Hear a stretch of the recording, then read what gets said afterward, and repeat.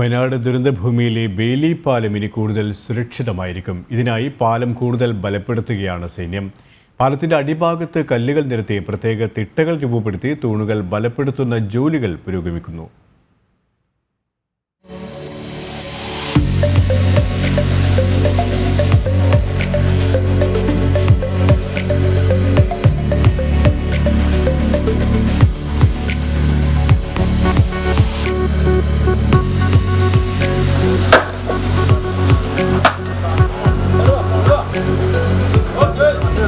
ഈ ബെയിലിപ്പാലം കേരളത്തിന് മറക്കാനാകില്ല. പാലം നിർമ്മിക്കാൻ സൈന്യം നടത്തിയ പരിശ്രമവും കേരളം ഒരിക്കലും മറക്കില്ല. സ്ഥിരം പാലം വരും വരെ ബെയിലിപ്പാലം നാടിന് സമർപ്പിച്ചിരിക്കുകയാണ് സൈന്യം. പാലത്തിന്റെ സുരക്ഷയും ഉറപ്പാക്കുന്നു. അതിന്റെ ഭാഗമായി ചില അറ്റകുറ്റപ്പണികളും തുടരുന്നുണ്ട്. ഇതിനായി മദ്രാസ് എഞ്ചിനീയറിംഗ് വിഭാഗവും പ്രദേശത്ത് അടുത്ത ദിവസങ്ങളിലും തുടരും. ഇപ്പോൾ മെയിനായിട്ട് ഈ പിയറിൻ്റെ സപ്പോർട്ടാണ് ഇപ്പോൾ മെയിൻ.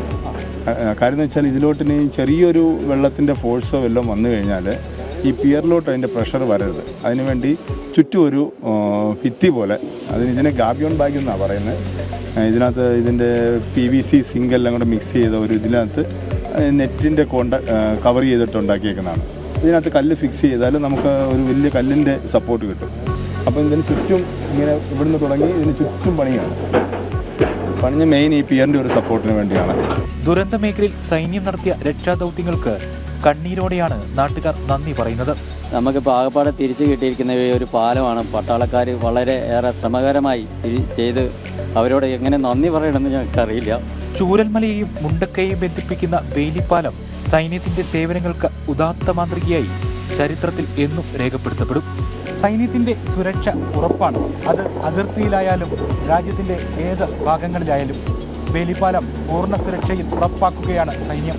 അതിനുവേണ്ടി എന്തൊക്കെ ചെയ്യാനാകുമോ അതൊക്കെ ചെയ്തു സൈന്യം. ബെയിലിപ്പാലത്തിൽ നിന്നും ക്യാമറമാൻ അനീഷ് കാട്ടാക്കടയ്ക്കൊപ്പം മിഥുൻ മുരളി, ജനം, വയനാട്.